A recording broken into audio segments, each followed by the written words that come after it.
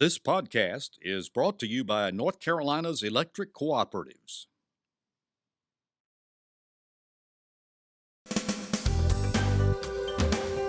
This is NC Spin, an unrehearsed discussion on issues of interest to North Carolinians. Now, here is your moderator, Tom Campbell.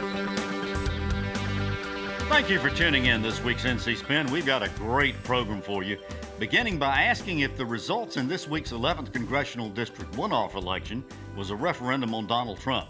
We'll examine the implications from Governor Cooper's decision regarding Phase 2, and if we have time, we want to talk about the problems local governments are facing during this pandemic. Plus, we want to make sure we ask the panel to tell us something we don't know. Speaking of which, this week's panel includes Brad Crone, Communications Consultant, Becki Gray, Vice President of the John Locke Foundation, Chris Fitzsimon, Director of the state's Newsroom, and Leo Daughtry, former North Carolina House of Representatives and current member of the Board of Governors. We'll begin our uninterrupted discussion after these brief messages from our underwriters. In more than 21 years on NC Spin, I never endorsed a product or sponsor, but I volunteered to do this message for family physicians. Over the past 40 years, my family doctor could quickly diagnose my illnesses because he knew my medical history. Evidence suggests I'll live longer, have a higher quality of life, and save 33% on health care costs. I believe in my trusted relationship with my family physician. Family Physicians, your trusted healthcare advisor for life. Life's busy, but you're in control. As an electric cooperative member, you have access to lots of tools to help manage your home energy use and budget, so you can focus on what's most important. Let's begin the spin. On Tuesday, the 11th Congressional District held a runoff election for the seat Mark Meadows vacated. It was an interesting contest between Linda Bennett, good friend of Mark Meadows' wife and also endorsed by President Trump, and Madison Cawthorn, a motivational speaker and realtor from Henderson County. Many expected Bennett to win, but Cawthorn got twice as many votes as Bennett, won every county except Rutherford. Brad, the big question both before and after this election was whether or not it was a referendum on Donald Trump. What do you say? No, it really wasn't a referendum on Donald Trump. It was more of a poke in the eye to Washington insider politics. Madison was able to capture and talk about local politics and frame the race as a member of Congress who's going to represent your interests versus a member of Congress who's going to be an insider Washington dealer. So he was very effective in that. And what we saw, Tom, was an independent streak from the Republican Party in Western North Carolina. The seat leans Republican, so Madison should be able to win it. His biggest challenge will be holding on to the seat. Yeah, a lot of people were very upset with Mark Meadows because he waited 24 hours before the filing deadline, Leo, to even announce. Is that the reason why he got twice as many, Cawthorn got twice as many votes as Bennett? I think Brad is on to something in Western North Carolina. They're pretty independent people. But when you say a referendum on Donald Trump, I don't think there's any question if the election was held today, he might not do as well as some people would like to think. But it's not today. It's a long time from now. 4 months. It's hard to put your finger in today's issues and know what's going to happen in November, in my opinion. Becki, that's a very good point. We've seen two polls this past week. PPP, which is a Democratic-leaning pollster outfit, shows in their latest poll that Donald Trump is behind Joe Biden by 2 points.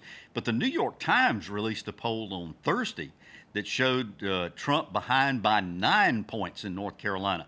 4 months out from the elections, is it too early to be able to take any meaning from these polls? Well, I think it is. I mean, we're seeing these trends and it's up and down, and it really depends on the day that the poll is taken. I mean, to Brad's point and Leo's point, if the election were held today, it's going to look very different than when we get to November.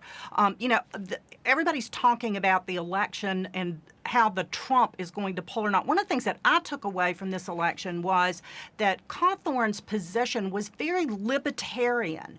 He's a young, fresh face. He would be the youngest member of Congress if he gets there. But also, it's kind of a different approach to government. It's a very I don't know whether it's a young fresh, but it's very libertarian. It's very anti-socialism. It's pulling back that way. So what I took away from that was not so much the Trump or the non-Trump. It's what might we look for of the direction of the Republican Party, not just in this election, but moving forward. Are we moving more libertarian? Chris, the point Brad made, I think, is an interesting one.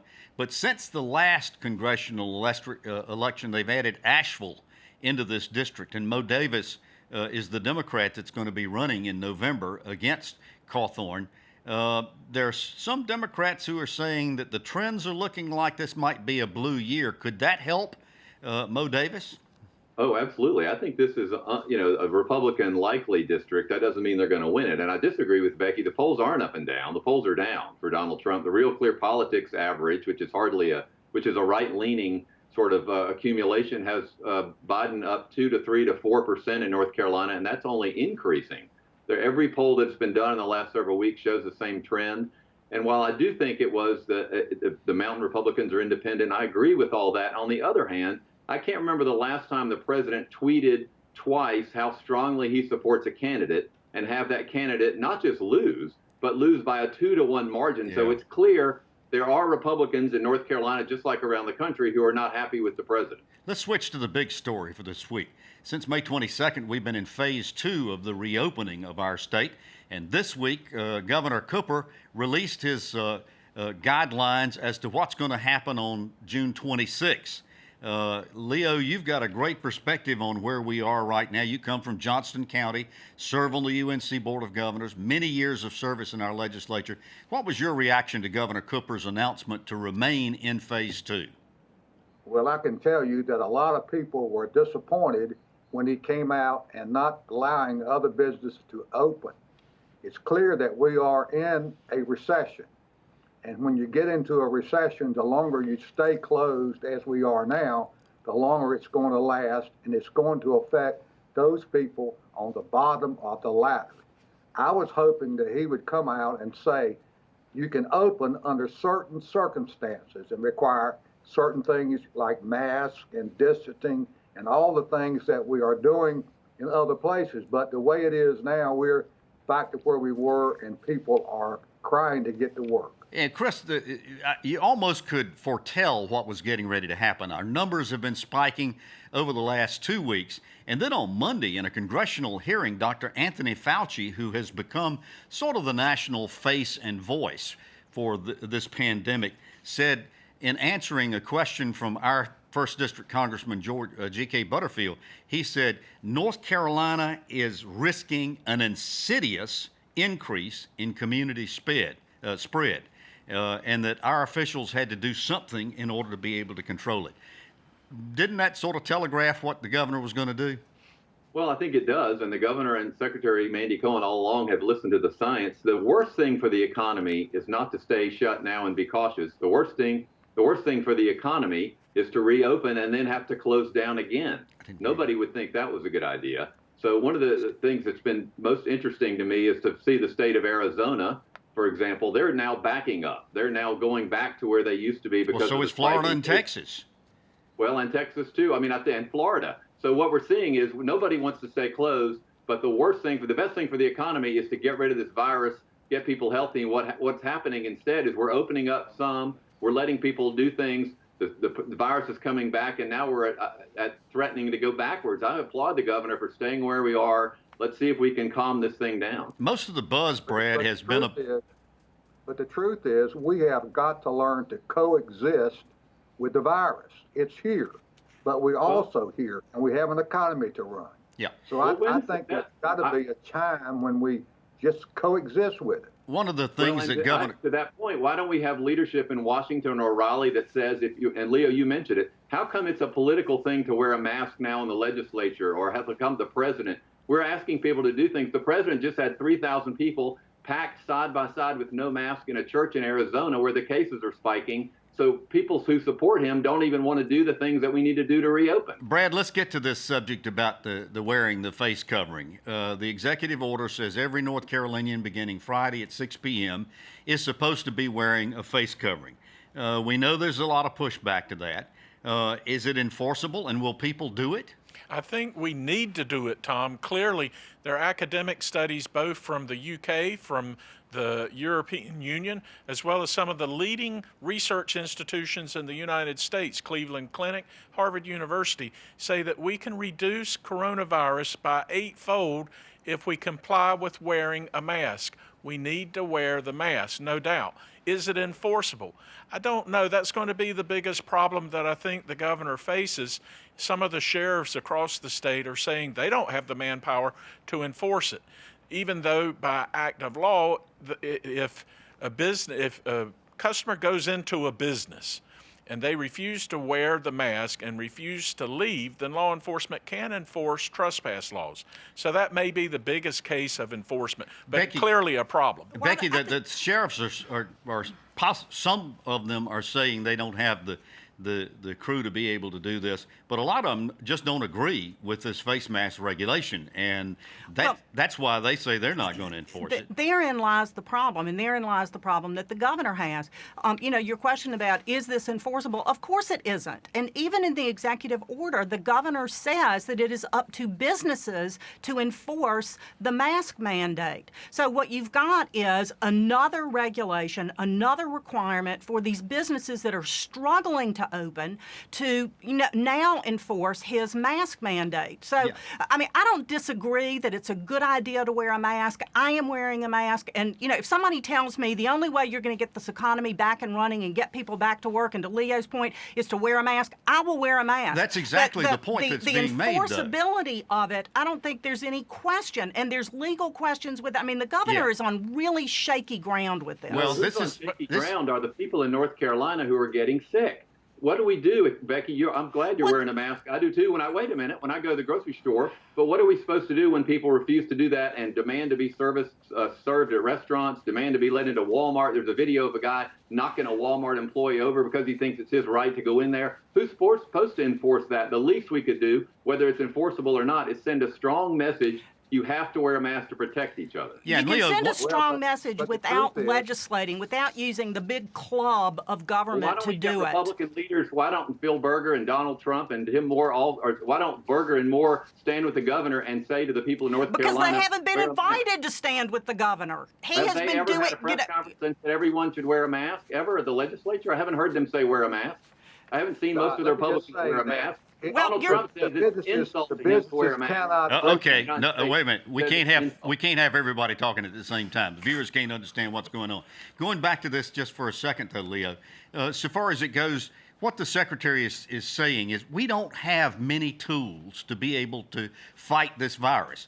Everybody wants us to open up our businesses, but we got to do something to help ourselves to keep the spread of this thing from getting out of control. And face masks seems to be a fairly simple, fairly easy thing to do. I don't understand. The state requires us to wear seat belts.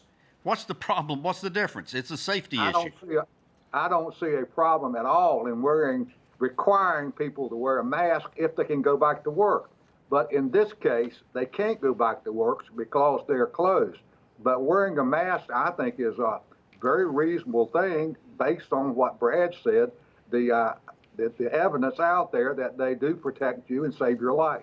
But there's something else that isn't being pointed out with this, and that is, we're all focusing on the mask and whether or not, and if there's some sort of, magic formula for this. The other thing, and other states are doing this, one of the questions we need to ask is, why is North Carolina not ready to open? In other states, they're doing much more. They're doing testing and the contract testing. Yeah, but Mandy Becki, Cohen has dropped the ball on that. Look at what's going on in South Carolina. Look at what's going on in Florida. Look at what's going on in Texas.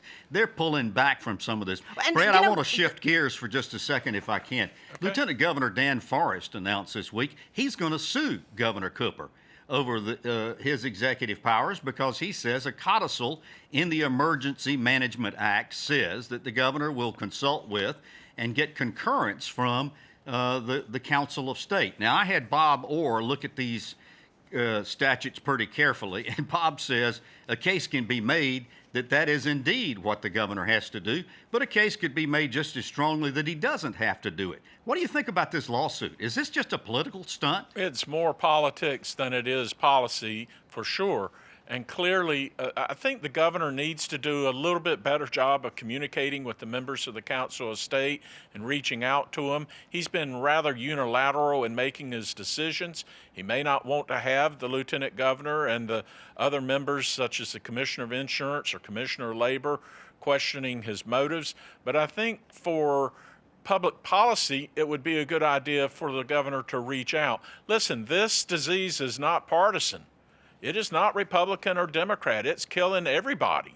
So we need to have leadership that's willing to reach out and work in a bipartisan manner across the aisle, and it would be wise for the governor to bring in the Council of State more often. Leo, you're our lawyer on the panel. By the time this lawsuit, first of all, he doesn't want the Attorney General to prosecute it, as is normally the case by state agencies that are suing. He wants the governor to approve him to have a special counsel, hire a special counsel, independent counsel of his own. But the thing that about it is, by the time this thing starts working its way through the courts, it's going to be well past November. The election's going to be over with. There's going to be a new Council of State, isn't there? Well, first of all, if he's looking for outside counsel, we're available here at Smith. And secondly, we're going to send you a bill for advertising. By the time this lawsuit gets to a judge or a jury, it'll be next year because the courts are closed right now. But whether it's political or whether it's not, I think it does raise an important policy question, and that is, with the emergency orders, how long should we extend that the governor has sole control over all of the decisions that are made? I think when this law was put into place and that was all defined, what we really had in mind were things like hurricanes and flooding and those short-term emergencies that we have faced before. Nobody anticipated this. Nobody anticipated that this emergency would go on for months and months and months. Right. You know, and so from a policy standpoint, and I kind of hate that this discussion has gotten pulled into the political thing, and Dan Forrest is running against Roy Cooper, and so we can't do any of this. You know, maybe when this is all over, we can revisit this with cooler heads and put some real practical application and update this law. I think that's an excellent suggestion. But Chris, I've got two concerns primarily with the idea of having to get consult with and get concurrence from the Council of State. The first of which is committees don't usually it takes committees too long to make decisions, particularly in emergency situations. But secondly, can we have any concept whatsoever that this Council of State is going to be nonpartisan, unbiased, not political? No, but I mean, I think, that's true. I think with all of our systems, I'm not sure that should be the deciding factor. I think we still have to, unfortunately, or fortunately, I think it is fortunate most of the time, we have a system of checks and balances. I think I would be able to take a lot of this more seriously if Dan Forrest hadn't met with the founders of the Reopen movement in North Carolina, who then later burned a mask with playing the national anthem on social media. So clearly the lieutenant governor has political motives. That doesn't mean it's not something to talk about, as Becki says, when we're all through with this. Dan Forrest he's 10, 12, 15 points down in the polls. He's desperate for attention, and he got a lot of headlines for this, and we're talking about it. That's a little bit, or a good bit, of, I think, why he filed this lawsuit. So we ought to send him a bill for advertising, too. The governor has had lots of bills from the legislature. Boy, did they have a long session Friday night, Thursday night, going into Friday morning, like 2:30 in the morning. But he's had all these bills put on his desk that would require him to open up gyms and bars and playgrounds and all of this other stuff. He has so far vetoed most all of them and probably will continue to do so. Becki, the House showed this past week they don't have the 3/5 votes that they need to override these vetoes. Is there any reason to expect that when they come back into session July 11th, they're going to be able to override them? Unfortunately, I don't think so. And I think, again, getting back to this hyper-political environment that we're in, I've been very disappointed with many of the considerations of the governor's vetoes, of members being pulled into their caucuses and sort of given marching orders rather than really looking out what's best for their constituents. And I think this is getting worse. It's not getting better. I think as we go towards November, it's going to get even worse. A lot of the bills that I saw, and Tom, let me just correct you just real quickly. It was after after 3 o'clock that they actually adjourned last night. But, as I saw some of these bills moving over there, the opening of the gyms, the General Assembly has now made 4 attempts to get the gyms to be able to reopen. But there are lots of other things. The governor's going to have a lot of bills on his desk that he'll be reviewing and going through. I expect that we'll see some vetoes in there. I would hope it would be based on good policy and what's best for North Carolina rather than trying to make political points. But that I'll goes continue both to ways. hope. That goes both ways, Of does course. it not? I mean, the legislature has been doing partisan stuff too. Chris, so far as it goes, I think it was Minority Leader Darren Jackson who stood up on the floor this past week and the Republican caucus was railing about what Governor Cooper and so forth like that was going on. And Jackson said, okay, it's pretty clear you don't like what Cooper's doing. Tell us your plan. Crickets. Heard nothing. What do you think? Well, I do think that's true. It is easy, but that's part of being governor. You take responsibility, you make decisions, you get criticism. But I think part of criticizing people is to have another plan. I don't think the governor's doing this for political reasons. I think he believes the science. He believes Mandy Cohen. I was actually wondering, and we don't have time to talk about it. It used to be a rule in the legislature that once a bill was defeated, you couldn't or passed, you couldn't pass the substance of the same bill again. So I'm confused as to how they can pass the same bill 4 times. And have it vetoed. Well, they're stripping the bills like they have done recently. And they're really, really trying to offer some help to these businesses that are failing as we speak, and to get the economy back with some common sense. So the way to do that, Becki, is let's look at an incentive plan or some type of assistance plan for our hospitality industry, whether it's lodging, whether it's restaurants, bills. That would be a solution. They need help right now. So just like the federal government did stimulus, North Carolina ought to look at stimulus for our hospitality industry. Well, that's one option, and they're certainly looking at that. But Brad, you get to the point of, you can only subsidize businesses that have been shut down for so long. It's unsustainable. The way to get all of this moving, to get people back to work, to get the 1 million+ unemployment claims off the table, is to get people back to work. I don't think there's anybody arguing with that, Becki. I think the big thing is there's a good percentage of people who are still very frightened about this, and even if you open some of these places back up, they ain't going. Let me change gears. This past week, the states of New York, New Jersey, and Connecticut have said that if you're from North Carolina and some of the other southern states that are spiking right now, if you're from North Carolina and you travel to New York or New Jersey or Connecticut, you have to self-quarantine for 14 days. I want to go around the panel and get your reactions to that. Chris? Well, New York went through the tragedy and is now coming out the other side. I think mostly it's a symbolic thing to show us that we're not doing enough. We need to, instead of reopening faster, we need to reopen safer. Okay, Leo?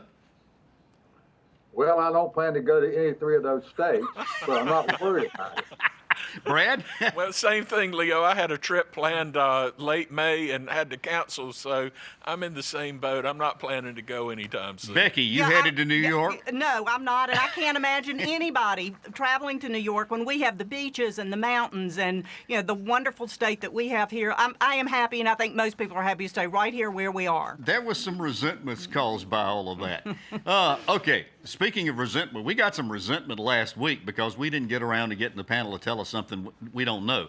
This week, I'm going to guarantee you we're going to do it. And Brad Crone, I'm going to start with you. Tell us something we don't know. Well, Tom, at the top of the show, we were talking about the special election, the runoff election in North Carolina 11. Election officials say that went really well, and it helps lay the foundation for the general election going into November. We're seeing a lot of changes, more PPE, money being on the ground for additional poll workers. But overall, election officials were very pleased with how the election functioned. Chris, we got 2 minutes. Tell us something we don't know.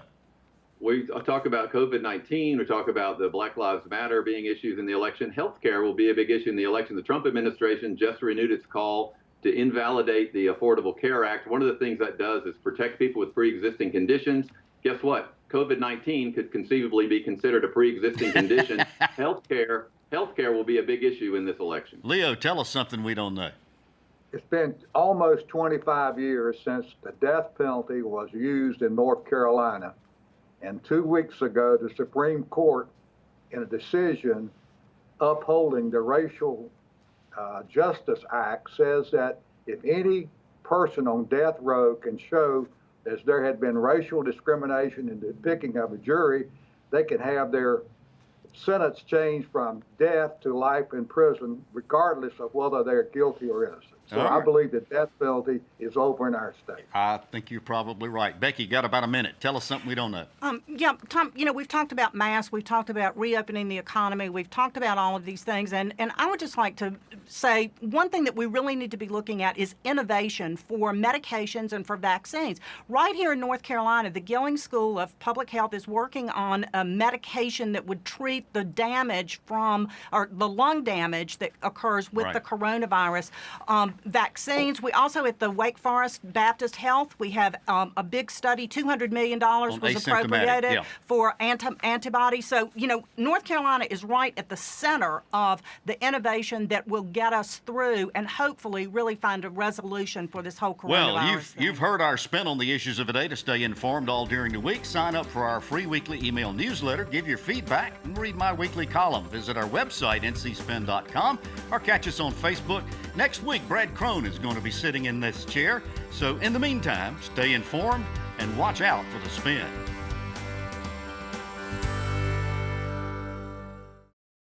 In more than 21 years on NC Spin, I never endorsed a product or sponsor, but I volunteered to do this message for family physicians.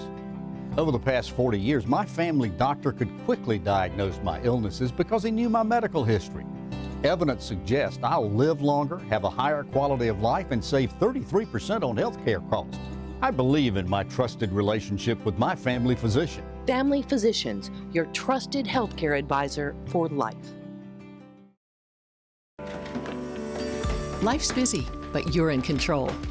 As an electric cooperative member, you have access to lots of tools to help manage your home energy use and budget, so you can focus on what's most important. North Carolina Channel is made possible by the financial contributions of viewers like you who support the UNC TV network.